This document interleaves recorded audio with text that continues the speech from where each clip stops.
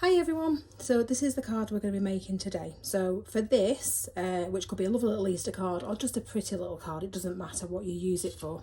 I'm going to use Oriental Blossom, and we're going to use the clothes from the Up and Away.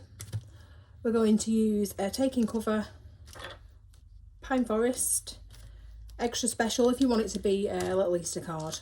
I'm going to use these for the background, which is the Good Friends Sentiments, excuse me, Wildflower Woods, and also Woodland Retreat, and then of course our little masked circles, our frame circles here as well. So basically what we've done with this one, we've taken an ordinary 6x6 card and I have used my removable adhesive, and I've taken the centre panel from the frame circles and we've stuck that into the middle with this so we can peel it off later. And also we've just gone around the very edge with some Scotch removable or removable tape, whichever it is that you've got, that you're confident actually will peel off your cardstock. And then what we're going to do is use some of the words to create a backdrop. Now I've just run around here with some Chateau Grey, so just with your finger and your dry baby wipe, just blend over the top around these little edges here. Now you don't have to do this, but this will give you a lovely little white edge around the outside of your card as well when you've finished, which I quite like. But again, you don't have to, you can go all the way to the edges of your card, whichever works for you. So we're going to start by just working around the outside. Now be careful not to leave yourself a gap that you sort of can't get into with your words. So I just follow it around. So I do one, and you'll notice as well that what I tend to do is turn them upside down, sideways on, because you want this to be quite random. So the next one we'll do at the top, and I'm just going to turn it sideways on. So you could use one greeting if you want to, you could use all of them, it's entirely up to you. I'm going to sort of mix this up with two. So it's not designed so that you read every single bit of this background here, but you get the general sort of gist of what is being said. So we're just going to carry on working around the outside. So let's go about here. So I'm just basically picking off where we left off. So I don't want to leave myself with a gap that I can't fill. So I'm going to turn this sideways.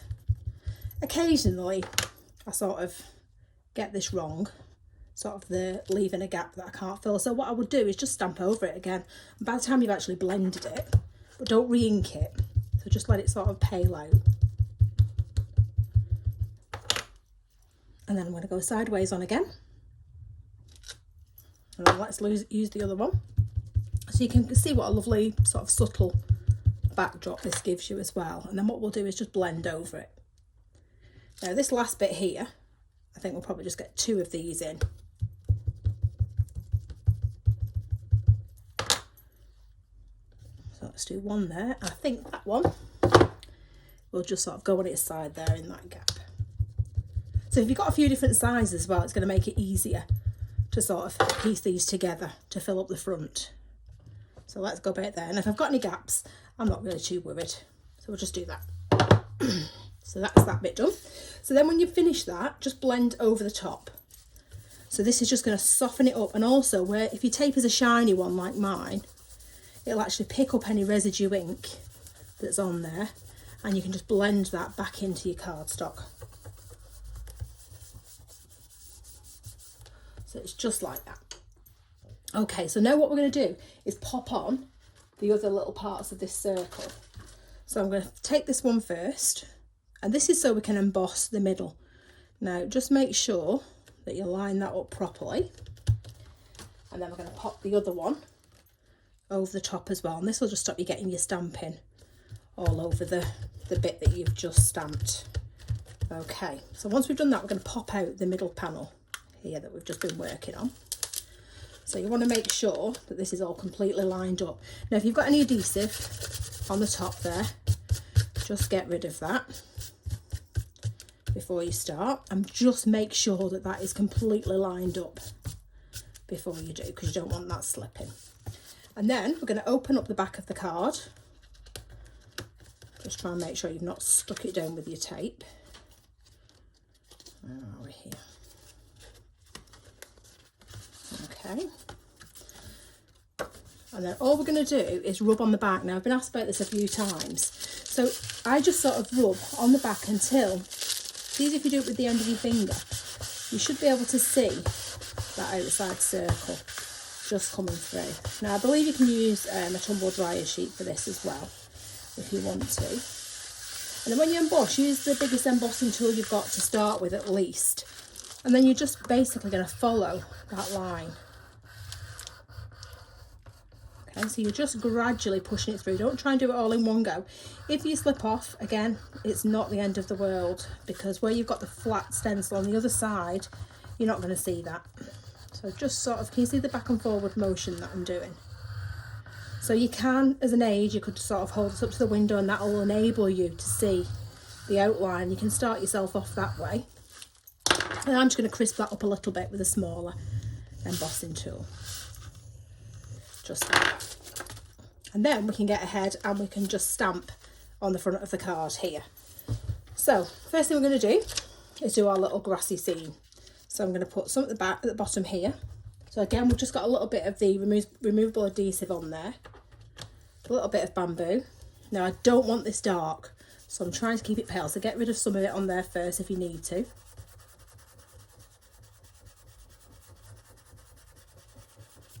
You see it's quite subtle. And we're leaving the mask in place so that we can actually stamp without getting anything on the front of the card that we've just done. So let's take the tree line up a little bit. So this is our hill that's in the distance. And again, just subtle colour. So get rid of a lot of that dark at the top and then sort of blend the two together. So you've got a nice soft backdrop there. Okay, so then with your other piece of paper, we're just going to mask out that top area there. So let's pop that roughly where it belongs. About there.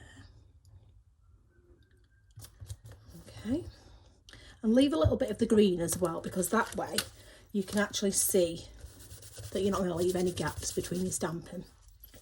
So we're going to do a little bit of yellow, but again I'm keeping it quite subtle. I don't want a lot of colour behind here at all. And we're going to use a little bit of the Chateau Grey in the sky as well, and then we can pop those clouds in. So a little bit of red, but again only a touch, so we're not using too much here. Okay, so turn your card around and let's put some of this grey in. So again, I'm just going to go from the edge of the card. Now I don't want it too dark, because remember we actually use this colour on the front as well. So you want it a lot paler than the outline of the circle that we did at the beginning. But just something to give it a little bit of texture. And then what we'll do is put a couple of those little clouds in the background. So what I'm going to do first is ink them up, and I don't want them to have sort of any neat edges to them. So what I do is ink it up and then uneven pressure on there, and it'll take off little bits of ink. And then you get this lovely sort of uneven look to your clouds when you stamp them, which I just love. I think it's so much more natural. So it doesn't matter what bits you take off, but it's just a soft sort of look to your stamping as well in the background. So we're going to put some of the little oriental blossom branches coming down the edge. So this was the one I think we used last week when we did the little wreath. So I'm just going to stamp this. Now remember, you're stamping over a stencil, so you are actually going to have maybe a little gap where your stencil is actually sitting. But most of the time, you know, you tend to get away with it, so it doesn't really matter. But I've just realised I've used bark there, so I'm going to go over and use the pine cone, which is slightly darker. Okay, and then let's put some of our trees in before I forget. So again, I don't want them too dark, so I might, this is quite a new ink, this one, so I might just off stamp them before we take them onto the card. And just stamp them 2 or 3 times without re-inking. And then the same with this little one as well. So keeping it as subtle as you can. Okay, so we can take that off, and that gives us our little hillside. You can see how pale this is for me, because I tend to do them a bit darker than that, but actually I quite like it when the whole thing comes together. So we're going to stamp our hedgehogs first, and I've used the bark first, and then we've put the pine cone just around the edges here. I'm just going to soften that up a little bit, and then I'm going to stamp these just on top of that first hill there. Okay, so there's one. I love the little hedgehogs, they're so sweet. Okay, same with this one. This is the bigger of the two. Same thing all the way around the edges. And it just gives it a little bit of a highlight. And then this one, we're going to stamp on this side here. Almost nose to nose. Okay, so let's put our little bit of green in. So we're going to add some little flowers here as well. So I've just lined that back up again. So I'm going to use one of the little flower stems out of the little set. And then again, what we're doing is letting that ink run out. So maybe I'll stamp a little bit. Just pop that into the background. And then this one, we're going to do all over in green. I'm going to take off a little bit of the green on the top, and then I'm going to add a little bit of peony on this one.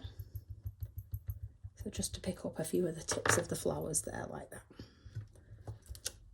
So we've got beautiful little design in the background.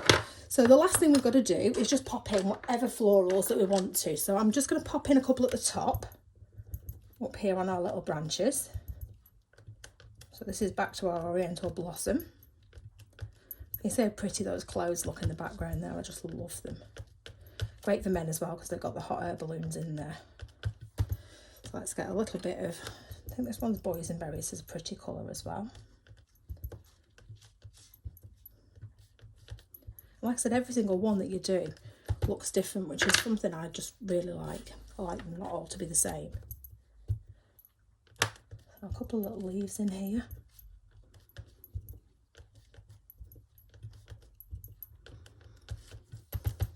Okay, and then if you do want to, you can add in a couple of little Easter eggs. But that again, entirely up to you, depends what you're actually making this for. So let's take this off first. And then if we want to put some in, we can just have a couple just sort of dotted around the bottom like this. So anything that sort of blends in with those colours that you've already used. So just like that. And then what I'm going to do is just edge around the bottom just a little bit in a little bit of green, just to make sure that when we take this mask off, you've got a nice edge to all of this. Okay, so now's the bit that we've been waiting for. So we're going to start to take this all off. So I'm first going to take off my middle panel here, and then we're going to take off our outer. And that gives us our beautiful little raised panel in the middle. Now, just take off your little outer edges. That leaves you that lovely clean panel in the middle like that. And then it's just a case of finishing off. So what we're going to do is put a little bit of liquid pearls just in those centres. So just like that. And it just makes those little flowers pop.